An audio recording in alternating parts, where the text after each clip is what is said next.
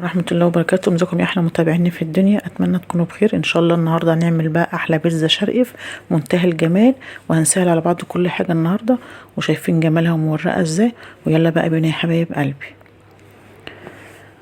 هسمي الله كده، بسم الله الرحمن الرحيم. اللهم صل وسلم على سيدنا محمد. انا مستهلكه نص كيلو من الدقيق، طبعا رشه من الملح، طبعا دي نخليه.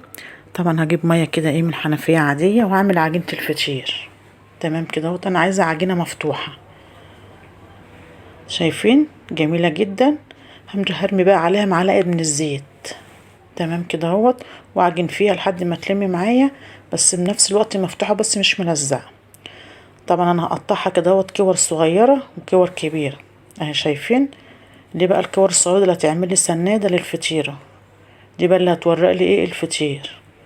شايفين جميله ازاي ولينه. طبعا دهنا الصينيه سمنه هي.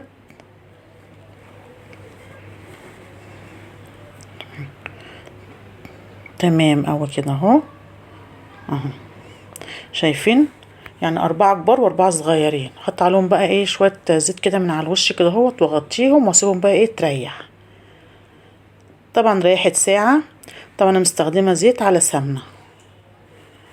هحط كده بقى على المفرش كده زيت على سمنه عشان افرد بقى الفطيره بتاعتي. بسم الله اهو، شايفين. هعمل بقى الصغيرين الاول اهو. بص طالما مريحه معايا، بصوا بتفرد معايا بسهوله ازاي.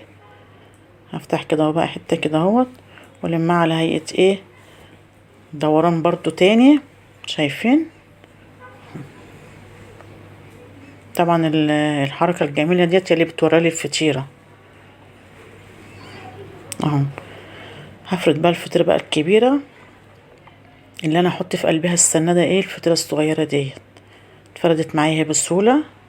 احط بقى الفطيره التانية اللي احنا طبقناها كده تطبيقه، اللي هي تورق لي بقى الفطيره الجميله ديت. شايفين فردتها هي. هعمل بقى بيضه كده اهوت بحبه فلفل وحبه ملح اهو. تمام اهو كده. احط نص البيضه، بحط نص البيضه الخارجيه وداخليا كده اهو. طبعا زي ما انتم شايفين اللي هو السجق دوت بتاع الفطير الشرقي اهو. حطيت طبعا من جوه اهوت، وهلف الفطيره الجميله ديت. طبعا الفطيره دي انا لازم اشمعها، مش هسويها، يعني تعتبر نص سوا كده. هدهن بقى برضو الصينيه زيت على سمنه برضو اهو، وافردها بقى اسيبها تريح برضو تاني عشان تتفرد معايا بسهوله. بعد ما اتفردت معايا بسهوله هي، طبعا عوزت ايدي زيت على سمنه اهوت وفردتها. احطها بقى على على في الفرن كده على الارضيه. تمام، شايفين كده خدت معايا نص سوا. نص بقى البيضه التانية هفرشها طبعا على وجه الصينيه هي. احط حبه بقدونس بقى كده. احط طبعا سجق تاني من فوق كده اهوت. طبعا حبه طماطم نزع منها الميه. طبعا فلفل، طبعا ده اختياري حامي، انا مستخدمه حامي. وزيتون طبعا اخضر. وطبعا الجبنه الرومي المبشوره. محتاجه بس اشغلها تحت الشوايه بس،